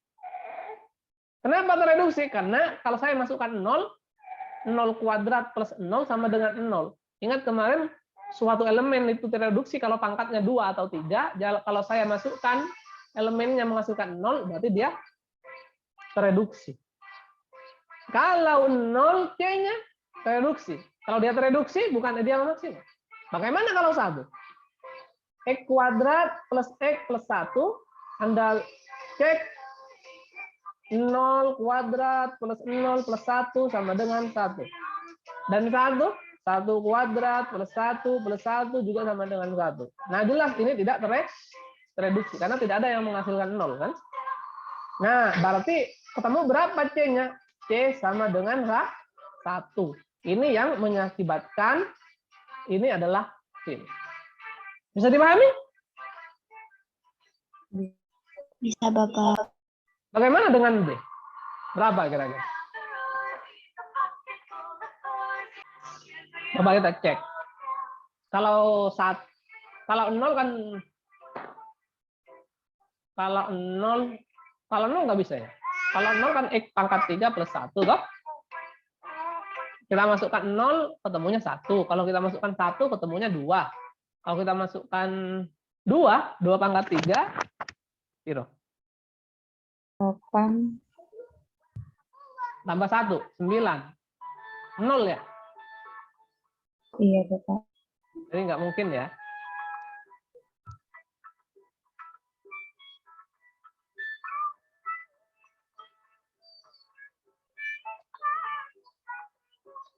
Oke. Akhirnya kalau 0 nggak mungkin C-nya. Selanjutnya berarti kalau C-nya 1, maka kita akan dapatkan X pangkat 3 plus X kuadrat plus 1. Kita masukkan 0, kita akan ketemu 1. 1 kita masukkan, tinggal ketemunya 0 lah. Berarti nggak mungkin lah 1. Kita masukkan 2. X pangkat 3 plus 2X kuadrat plus 1. Kalau 0 kita ketemu 1. Kalau 1 ya. Kalau 2 pangkat 3, 8. 8 itu kan 2 ya. Ditambah 2, 2 Bapak. pangkat 3. 2 ditambah 1. Sama dengan 2. Nah, berarti C sama dengan 2. Paham ya? Iya, Bapak. Paham, Bapak. Itu nomor 4. Kemudian dapatkan semua ideal maksimal dari Z kali Z. Nah, ini silakan nanti dikerjakan. Yang sebenarnya yang ini adalah yang bagian yang juga muncul di apa itu? Di KN MIPA itu adalah soal nomor kayak 13. Misalkan dalam Z5 merupakan ring polinomial dan koefisien di Z5 dan I adalah suatu ideal yang dibangun oleh X kuadrat plus X plus 2, tunjukkan bahwa Z5 per X merupakan suatu field. Gampang untuk menunjukkannya. Berarti kan kita tinggal tunjukkan dia tidak tereduksi. Berarti kita tinggal tunjukkan F0 berapa dan semuanya itu tidak ada yang sama dengan 0 gitu ya. Paham ya? Itu. Nah, bagaimana caranya? Yang menjadi masalah adalah bagaimana caranya kita menunjukkan mencari inverse perkalian dari ini. Cari inverse perkaliannya. Mencari inverse perkaliannya berarti apa? Kita mencari suatu nilai, suatu fungsi 2x ditambah 3 dikalikan dengan fx, itu nanti hasilnya adalah 1 modulo x kuadrat plus x plus 2. Itu artinya. Jadi inverse-nya itu berarti kita harus mencari suatu polinom fx yang jika dikalikan dengan 2x plus 3, itu nanti kalau dibagi oleh x kuadrat plus x plus 2, sisanya 1. Paham ya? Karena kan Z5X per R per I itu kan artinya kan R modulo I. Sama aja saya menulis R modulo I. Sisa-sisanya. Sama aja ketika saya menulis 2X plus 3 kali Fx sama dengan 1 modulo X kuadrat plus X plus 2. Artinya ini kalau dikalikan, kemudian dibagi oleh ini, sisanya 1. Berapakah Fx? Ya kan nggak mungkin kita cari satu-satu kan? Artinya ya cari aja Pak, dikalikan. Kan untuk menghasilkan 1, mungkin ini adalah mulai berbentuk AX plus B. Ini banyak kemungkinannya. Karena di Z5. Itu.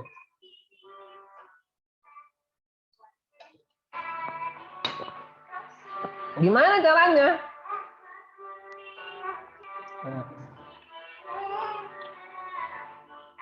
Caranya adalah ini. Itu adalah itu sama aja dengan sebenarnya kita mencari F 2x plus 3 dikalikan Fx ditambah x kuadrat plus x plus 2 dikalikan hx sama dengan 1. Sama aja dengan ini. Jadi sama aja dengan ini. Jadi persamaan ini sama aja dengan ini. Kenapa kok sama? Karena kan sebenarnya ini kalau dibagi itu sisanya berapa? Ini dibagi ini sisa berapa? Berapa sisanya?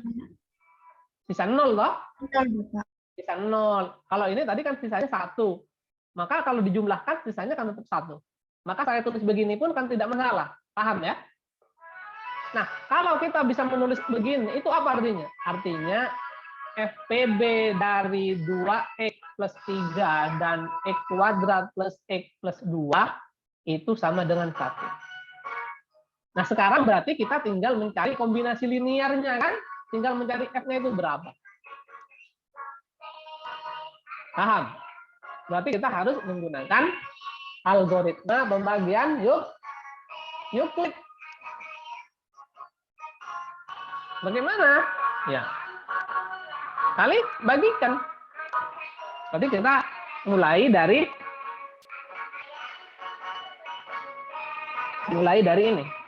X kuadrat, tulis ya, X kuadrat plus X plus 2, ini sama dengan 2X plus 3, kita bagi ini.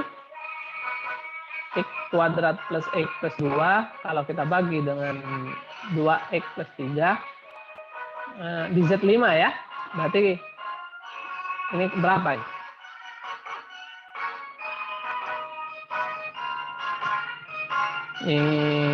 bias 1, 3 ya. 3x, maka kita akan mendapatkan x kuadrat plus 9 di dalam Z5 itu 4 ya. Kurangi. Maka kita punya min 3x plus 2. Ya kan? Akan menjadi min kalikan 2 kali berapa sama dengan 3? 2 dikali 2 kali 4, bukan 3, 2 ya. dikali 8. 2 kali 4 ya. Cuma min 3. Min dikali 4. 1 Dikali min 4. Karena kan min 4 itu kan min 8. Dalam Z5 kan min 3. Kalau di min 4. Min 3x. Ini 12 min 2. Dikurang 4 ya. Berarti 2x plus 1 dikali 3x min 4 plus 4. Ingat ini 4. Ini 4 ya. Kemudian yang ini adalah 2x plus 3 sama dengan 4 kali berapa? 4 kali 4 kali berapa sama dengan 2 itu? 4 kali 3 x plus 4 kali berapa sama dengan 3? 4 kali 2 ya. 4 kali 3x plus 2 plus 0. FPB-nya ingat ini. Ini 4. FPB-nya 1. Kenapa? Karena polinomial monik. 4 itu bukan polinomial monik. Berarti harus sama dengan 1. 1 adalah FPB-nya. Sama dengan, untuk mendapatkan 1, itu 4 kali berapa? 4 kali 4. 4 kali 4. Paham ya? Untuk mendapatkan 1 itu kan berasal dari 4 kali 4. Sini.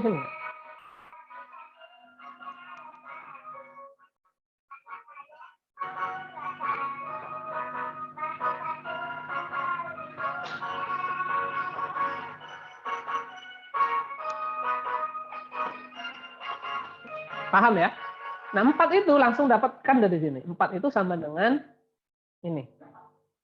X kuadrat plus X plus 2. 4-nya tetap tapi ya. Sebentar. 4, gitu ya. 4 dikali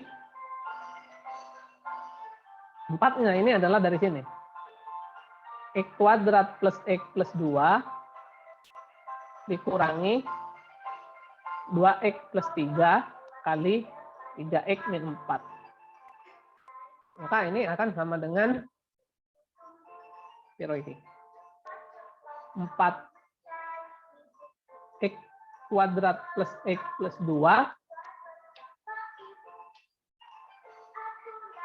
ditambah atau dikurangi lah. Kita tulis saja dulu dikurangi ya. Biar Anda tidak bingung. Dikurangi 4 kali ini ya. Ini tetap aja karena ini yang akan menjadi ini. Berarti langsung 4-nya yang ini dikalikan dengan yang ini ya.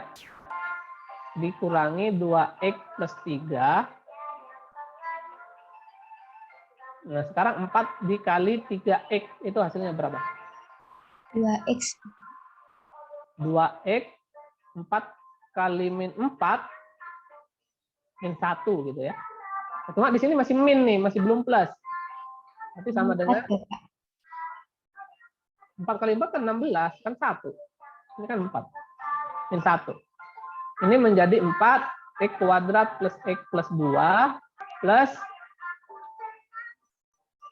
ini saya hapus, plus 2x plus 3 dikali dengan, nah ini minus 2x plus 1 kan? Nah, min 2x itu sama aja dengan 3x kan? Plus 1, ya plus 1. Nah, berarti ini adalah fx yang kita cari. Paham ya? Berarti apa? Berarti inverse-nya adalah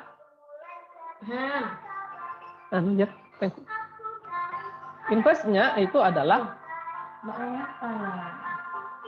mengutai. Inverse-nya itu adalah 3x plus 1 plus I. Paham ya? Untuk mendapatkannya. Nah, kalaupun Anda mau cek, ya tinggal cek coba. Ini kalikan dengan ini, hasilnya berapa? Coba kita cek. Ini kalau dikalikan, ini 2x dikalikan 3x plus 1, hasilnya adalah 2 kali 3, 6. Berarti x kuadrat gitu ya. Kemudian 2x ditambah 3 kali 3, 9. 9x ditambah 2x plus x. Plus x, 3 dikali 1 plus 3 ya. X kuadrat plus x plus 3 kita bagi dengan x kuadrat plus x plus 2. Maka kita klik 1, hasilnya adalah x kuadrat plus x plus 2. Kalau kita kurangi sisa 1 toh. Makanya x kuadrat plus x plus 3 dibagi ini sisanya 1. Kan sama aja dengan ini tadi. Mana yang saya belum hapus itu? Ini. 2x plus 3 dikali berapa yang sama dengan 1 modulo x kuadrat plus x plus 2. Atau saya bilang 2x plus 3 dikali fx, kalau dibagi x kuadrat plus x plus 2, sisanya 1. Nah, ini sama. Ternyata adalah ketika fx-nya itu 3x plus 1 dikalikan dengan 2x plus 3, kemudian saya bagi dengan x kuadrat plus x plus 2, hasil sisanya, kalau hasil baginya 1, ini tidak, ini we don't care about this one. Gitu ya. Kita tidak melihat ini. Yang kita lihat adalah sisa. Karena ring faktor itu kan himpunan modulo-modulonya, sisa-sisanya gitu ya. Berarti ini sisanya 1, sama dengan yang kita inginkan. Berarti jawabannya adalah ini. Tuh. Bisa dipahami? Bisa, Bapak. Nah, itu soal nomor 13. Kita masih punya waktu lumayan ini untuk membahas kira-kira yang mana lagi ya.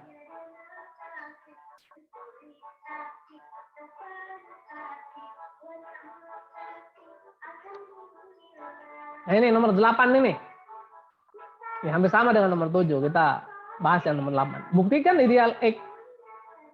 Ideal X yang dibangun oleh X adalah ideal prima di ZX, tetapi bukan ideal maksimal di ZX.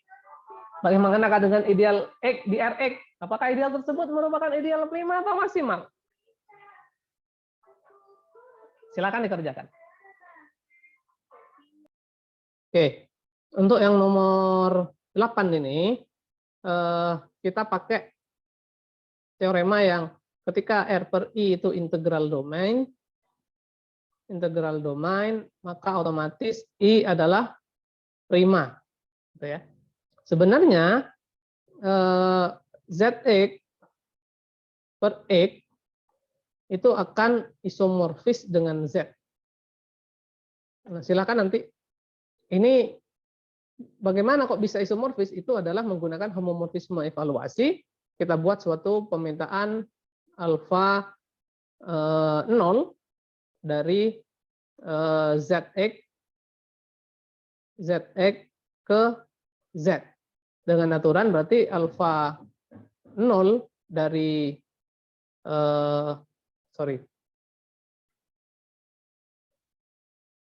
yang berarti bahwa alfa 0 fx itu akan sama dengan A0. Ya, karena apa? 0 dipetakan. A0 itu yang Fx itu kan A0 plus A1 kali 0 plus A2 kali 0 kuadrat, karena X-nya diganti 0 semuanya ya. Dan seterusnya sampai AN 0 pangkat N. Nah ini semuanya 0 kecuali A0 ini. Akan sama dengan A0. Gitu ya. Dan kapan kernelnya itu apa? Kernelnya itu pasti adalah kernel dari alfa 0 itu pasti adalah suatu ideal yang dibangun oleh suatu himpunan yang merupakan hasil perkalian X. Itu adalah idealnya. Nah, sehingga berdasarkan homomorfisme evaluasi, berdasarkan teorema fundamental homomorfism, jika kita bisa menunjukkan, ini tidak perlu ditunjukkan lagi, dia adalah homomorfisme, karena ketika kita membahas polinomial, ring polinomial, dan kita sudah membahas homomorfisme evaluasi, di mana dia adalah suatu homomorfisme ring, gitu ya. Sehingga jelas, dan menggunakan teorema homomorfisme dasar yang kemarin kita sudah bahas, maka terbukti bahwa Zx per X merupakan suatu integral domain. Isomorfis dengan Z. Karena Zx per X isomorfis dengan Z, dan Z adalah integral domain, maka otomatis Zx per X itu juga merupakan integral domain. Karena Zx per X itu adalah integral domain, berarti X adalah ideal prima berdasarkan teorema 13.2.1. Paham ya? Nah, pertanyaannya adalah, apakah nomor 8 itu, apakah itu ideal maksimal? Tidak. Kenapa? Karena Z itu tidak sampai fill. Z itu tidak fill, tapi dia hanya integral domain.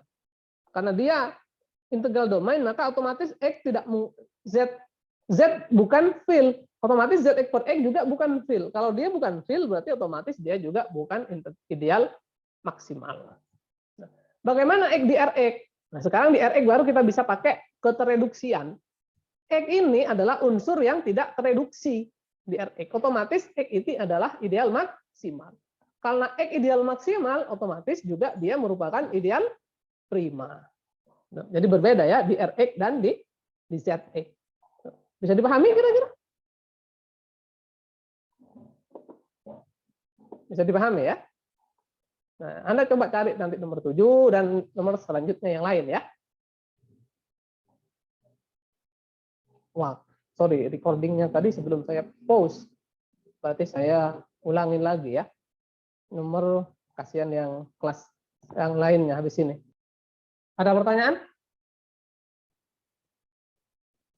Mengenai pembahasan selanjutnya, pembahasan dengan pembahasan tugas 5 dan 6, nanti kemungkinan saya akan bahas di kelas B atau kelas C. Satu pertemuan, misalnya kelas B adalah pertemuan ke-5 dan kelas C pertemuan ke-6. Kalau misalkan ini sempat saya rekam, nanti akan saya taruh di bagian itunya ya, tinggal Anda cek nanti. Saya kira itu. Ada pertanyaan sebelum saya akhiri kuliahnya? Ada? Enggak ada ya? Belum ada, Pak. Baik. Kalau saya kira sudah jelas. Dan ujiannya, UAS-nya itu dari pokok bahasan homomorfisme, ring, kemudian otomatis kayak tadi misalkan barusan itu kan ketika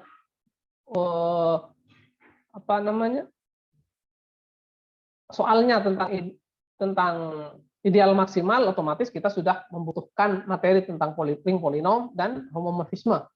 Yang berarti kita membutuhkan dua topik sebelumnya gitu ya. Jadi nanti yang soalnya bisa saja itu adalah soal yang membutuhkan dua topik untuk mengerjakan itu, atau nanti satu topik. Nanti kita lihatlah. Yang jelas yang akan menjadi bahan ujian itu adalah ring homomorfism, ring polinomial, ideal, ring faktor, dan terakhir ideal maksimal dan ideal prima. Ada 5 topik, sehingga silahkan Anda mulai untuk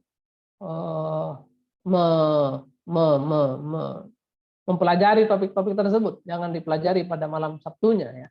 Karena kalau malam Sabtu ya bisa saja sih SKS gitu. Tapi ya mungkin tidak maksimal gitu ya. Saya kira itu. Terima kasih atas perhatiannya. Saya akhiri. Assalamualaikum warahmatullahi wabarakatuh. Waalaikumsalam warahmatullahi wabarakatuh. Terima kasih Bapak. Sama-sama.